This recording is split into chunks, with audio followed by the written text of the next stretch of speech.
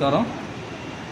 April 27వ తారీఖు ఉదయం విజయవాడలోని ఎంబీ విజ్ఞాన కేంద్రంలో జరగనున్న ఆంధ్రప్రదేశ్ గ్రంథాలయ పునర్వికాస ఉద్యమ వేదిక ఆధ్వర్యంలో ఆంధ్రప్రదేశ్ గ్రంథాలయ పునర్వికాస ఉద్యమ సదస్సులు కార్యక్రమం రోజంతా జరుగుతోంది.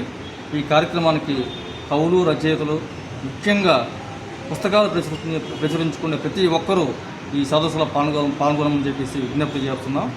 ఎందుకు ఈ సదస్సుకు రావాలి అంటే, గతంలో నేను వీడియోలు చేస్తున్నప్పుడు సాహితీ మిత్రులు చాలామంది తమ వ్యక్తిగత అభిప్రాయాలు ప్రభుత్వానికి విన్నవించవలసిన విషయాలు నాకు చర్చకు తీసుకొచ్చారు.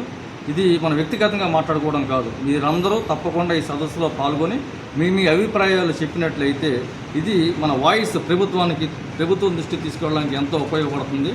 కనుక మీరందరూ ఆ సదస్సులోకి వచ్చి పాల్గొని ఈ విషయాల మీద చర్చించమని కోరుకుంటున్నాను.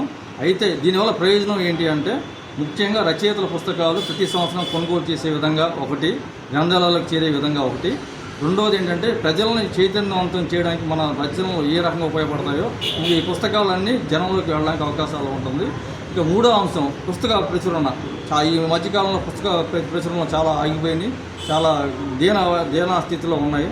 కనుక ఈ పుస్తకాల కొనుగోలు కూడా మనం పుంజుకోవాలంటే మనం ప్రతి సంవత్సరం ఈ పుస్తకాలు కొనుగోలు చేసే విధంగా ప్రభుత్వాన్ని దృష్టికి తీసుకెళ్లేందుకు ఈ ఉద్యమం చాలా ఉపయోగపడుతుంది. కనుక మీరు తప్పకుండా మరోసారి గుర్తు చేస్తున్నాను, ఏప్రిల్ 27వ తేదీ ఉదయం విజయవాడ ఎంబీ విజ్ఞాన కేంద్రంలోని ఈ కార్యక్రమం జరుగుతోంది. కనుక మీరు అందరూ తప్పకుండా రావాలని కోరుకుంటున్నాను. Thank you.